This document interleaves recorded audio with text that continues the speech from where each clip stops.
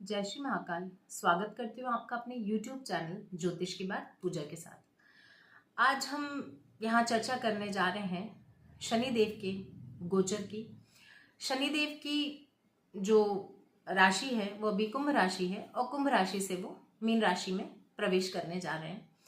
तो मैंने मेष राशि के बारे में बताया, वृषभ राशि के बारे में बताया। अब हम यहाँ बात कर रहे हैं कि शनिदेव का जो गोचर है वो मिथुन राशि पे कैसा रहने वाला है। मैं बात करूं तो शनिदेव जो है कर्मदाता हैं। आप जैसा कर्म करते हैं वो वैसा ही फल देते हैं। आप अच्छा करेंगे वो अच्छा देंगे, आप मेहनत करेंगे तो वो आपको आपकी हर एक बात पूरी होगी। अब हम बात करते हैं कि शनिदेव आपकी राशि से दशम में होने जा रहे हैं अष्टमपति और नवमपति बनकर। देखिए, अष्टमपति होने की वजह से थोड़ी बहुत परेशानी आ सकती है, आपको मेहनत थोड़ी ज़्यादा करनी पड़ सकती है। मेहनत तो आपको वैसे भी करनी ही है, क्यों? क्योंकि जो दशम भाव है कर्म का भाव है। आप इस गोचर काल में, ये जो 2.5 साल का गोचर होगा, वो आपके लिए काफ़ी सारे ऑफर्स, काफ़ी सारे ऑप्शंस ये लेकर आया है। चाहे हम बिजनेस की बात करें या जॉब की बात करें। अगर आप जॉब में हैं तो आपके लिए इंटरनली ही अच्छे ऑफर्स आएंगे। आप चाह रहे हैं कि दूसरी जगह आपने इंटरव्यू दिया है, वो आपका इंटरव्यू क्लियर होगा। अब हम इसमें क्या बात करेंगे, जो हम जहाँ जहाँ शनि की दृष्टि पड़ती है उसके बारे में बात करेंगे। आपके हेल्थ रिलेटेड इश्यूज भी यहाँ पे मैं डिस्कस करूँगी। आपके रिलेशनशिप्स के बारे में भी हम यहाँ बात करेंगे। और आपको फाइनेंशियली ये 2-2.5 साल, मतलब जो ये 2.5 साल है, 2.5 साल के लिए जब गोचर होगा शनि का, तो ये कैसा जाने वाला है आपके लिए, वो सब हम यहाँ पे चर्चा करेंगे।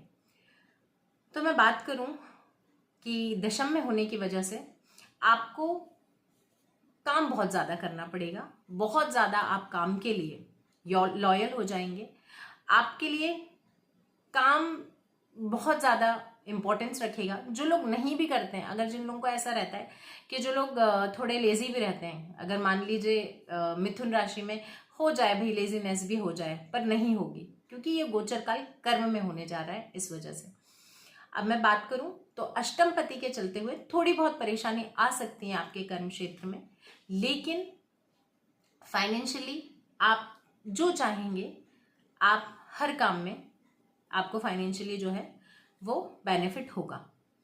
मैं बात करूं तो हम दृष्टि की अगर बात करें तो दशम भाव पे होने से जो उनकी तीसरी दृष्टि है वो आपके 12वें भाव पे होगी। 7वीं दृष्टि आपके चतुर्थ पे होगी और दसम दृष्टि जो होगी उनकी, 10वीं जो दृष्टि होगी वो सप्तम भाव पे होगी।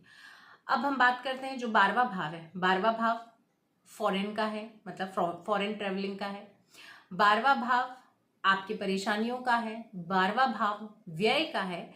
12वां भाव परेशानियों से मुक्ति का है। 12वां भाव आपकी नींद से रिलेट करता है। ये सब चीजें हम 12वें भाव से देखते हैं। तो जब 12वें भाव पे शनिदेव दृष्टि डालेंगे तो आपके फॉरेन जाने के योग बन सकते हैं। अगर आप फॉरेन जाने के लिए कार्यरत हैं, फॉरेन जाने के लिए आप प्रयासरत हैं, तो आप बिल्कुल, आपका फॉरेन जाने का अपॉर्चुनिटी आपको मिलेगी। चाहे आप स्टूडेंट हो, चाहे आप बिजनेसमैन हो, या आप ऐसी जॉब में हो जहाँ पे आपको ऐसी अपॉर्चुनिटी मिले कि आपको बाहर जाना है। और अगर आप कोशिश करें कि भाई आप ऐसी जॉब में हैं जो जॉब आपको बाहर के लिए भी आपके कंपनीज हैं, तो आप बिल्कुल ट्राई कर सकते हैं और इसमें आपको ज़रूर ही सक्सेस मिलेगी। उसके बाद मैं बात करूं इनकी सप्तम दृष्टि की, तो चतुर्थ भाव पे है। चतुर्थ भाव होता है भूमि, भवन, वाहन का। और जो शनि है वो क्षेत्र के कारक हैं। शनिदेव आपको इस गोचर में, गाड़ी की बात कर लें, लोहा गाड़ी में आता है, अच्छी कोई बड़ी गाड़ी आप ले सकते हैं। आप कोई कंस्ट्रक्शन करवा सकते हैं। हो सकता है आपका जो घर हो आप उसको काफी अच्छा रिनोवेट करा लें। हो सकता है आपका घर बन रहा हो और इस गोचर काल में आप काफी बड़ा, अभी भले ही छोटा हो, आप काफी बड़ा घर इस गोचर में बनवा सकते हैं। गाड़ी है भी घर में, पर बड़ी गाड़ी ले सकते हैं। हाँ, मैं नेगेटिव एस्पेक्ट्स पे भी आऊंगी इसके, पर अभी हम पॉजिटिव बात ही कर रहे हैं। सप्तम पे दृष्टि होने से आप पार्टनरशिप भी यहाँ कर सकते हैं, लेकिन थोड़ा सा आपको सामंजस्य बिठाना पड़ेगा। ये थोड़ा, क्योंकि सप्तम जहां भी इनकी दृष्टि पड़ती है शनिदेव की, वो विच्छेदात्मक होती है, लेकिन ये नवमपति बन रहे हैं तो इसकी वजह से आप न्यू पार्टनरशिप भी कर सकते हैं। आप कोई डील साइन कर रहे हैं, बिल्कुल कर सकते हैं, बिजनेस से रिलेटेड। अब मैं बात करूं तो जहां जहां इनकी दृष्टि है, जैसे सप्तम पे दृष्टि, जैसे 12th हाउस पे दृष्टि है, तो वो तो मैंने पॉजिटिव बात की। अगर हम नेगेटिव की बात करें भी, तो नेगेटिव में ये हो सकता है कि भाई 12th हाउस से नींद देखी जाती है, तो आपको टेंशन हो सकता है इस टाइम पे, क्योंकि जितना वर्कलोड रहेगा तो वर्कलोड का टेंशन भी होता है। तो नींद पूरी ना होना, नींद पूरी नहीं होगी तो भी एक व्यक्ति को थोड़ा सा थकावट हो जाती है जब नींद पूरी नहीं होती। तो ये थोड़ा सा, ये इस गोचर में आप परेशानी का आप सामना कर सकते हैं। अब मैं बात करूं जो मैंने 7वीं दृष्टि का बताया, तो 7वीं दृष्टि होने की वजह से थोड़ा सा ये परेशानी हो सकती है कि आपके माँ के स्वास्थ्य में कमी आ सकती है, आपका उनसे अनबन हो सकता है किसी भी तरह से। हो सकता है आप जो उन्हें समझाना चाहें वो ना समझना चाहें, या जो वो आपको समझाना चाहें वो आप ना समझ पाए। तो दोनों के बीच में सामंजस्य बिठाना पड़ेगा यहाँ पे। और जिस तरह मैंने बताया, सप्तम भाव है आपके लाइफ पार्टनर का, तो उनको आपको टाइम देना है। अगर आप नहीं देते हैं टाइम तो थोड़ी मिसअंडरस्टैंडिंग हो सकती है आप लोगों के बीच में। हाँ, पर ऐसा घबराने वाला विषय नहीं है। तो आपकी बस यही सब चीजें आपको थोड़ी सी ठीक रखनी है। देखिए, जब बुरा समय होता है तब तो ठीक है, बुरा समय होगा तो बुरा ही बुरा होता है, लेकिन जब अच्छा समय होता है, क्योंकि मिथुन राशि के लिए ये बहुत अच्छा समय है। आप नई गाड़ी ले सकते हैं, आप नया घर ले सकते हैं, आप नई जॉब हो सकती है आपकी, आपका फॉरेन जाने के योग बन सकते हैं।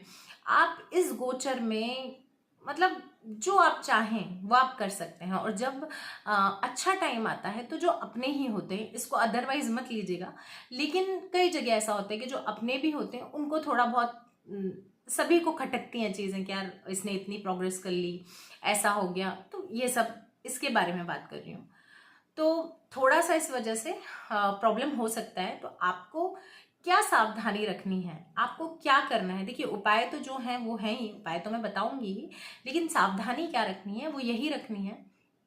आपको आपकी फैमिली हो, भाई बहन हो, आपकी लाइफ पार्टनर हो, उनके साथ जो आपका संबंध है, जो आपका व्यवहार है, उसको मधुर रखना है, मधुर रखने की कोशिश करनी है।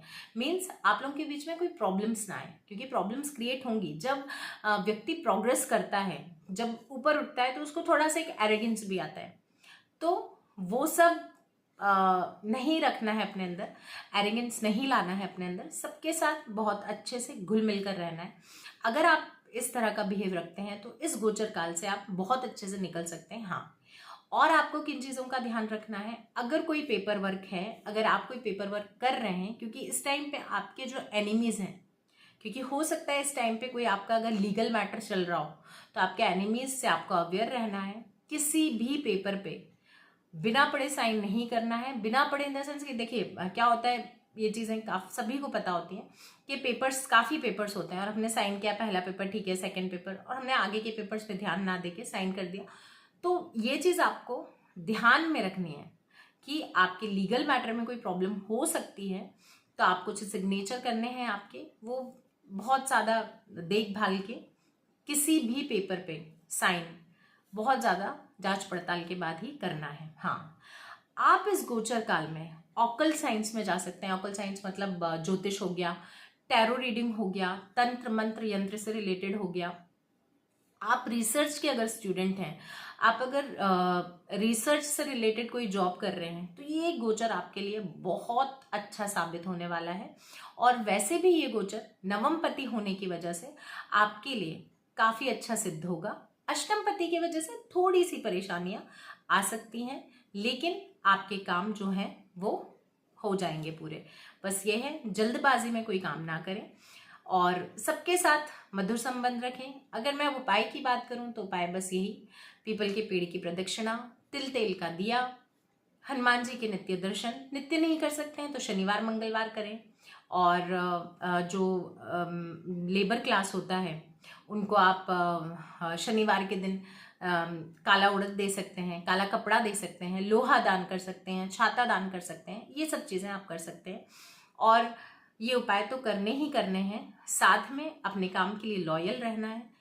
अगर लॉयल्टी रखेंगे तो शनिदेव कभी भी ऐसा मतलब आपसे आपको कष्ट कभी नहीं देंगे, आपसे हमेशा प्रसन्न रहेंगे और ये टाइम आपके लिए बेस्ट होने जा रहा है। अगर मैं कहूँ तो आप इस टाइम को अपने हार्ड वर्क से संवार लेंगे। जय श्री महाकाल।